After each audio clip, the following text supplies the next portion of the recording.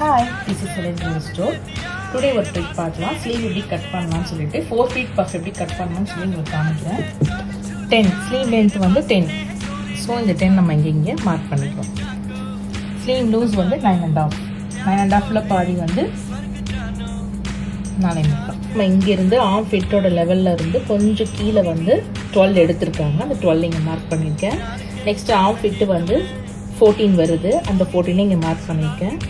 அதுக்கப்புறம் இங்கேருந்து இந்த கோடு லைன் வந்து மார்க் பண்ணிக்கோங்க. மார்க் பண்ணிவிட்டு பஃப்பு வந்து 4 feet பஃப்புன்றதுனால நம்ம இங்கேருந்து இங்கே எக்ஸ்ட்ரா இங்கே விடக்கூடாது, இது ராங்.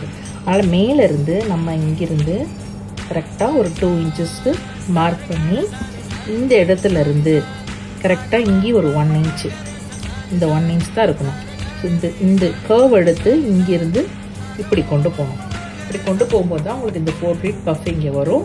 இங்கே எல்லாம் ஃபிட்டிங்காக வரும். இங்கே மட்டும்தான் பஃப் வரும்.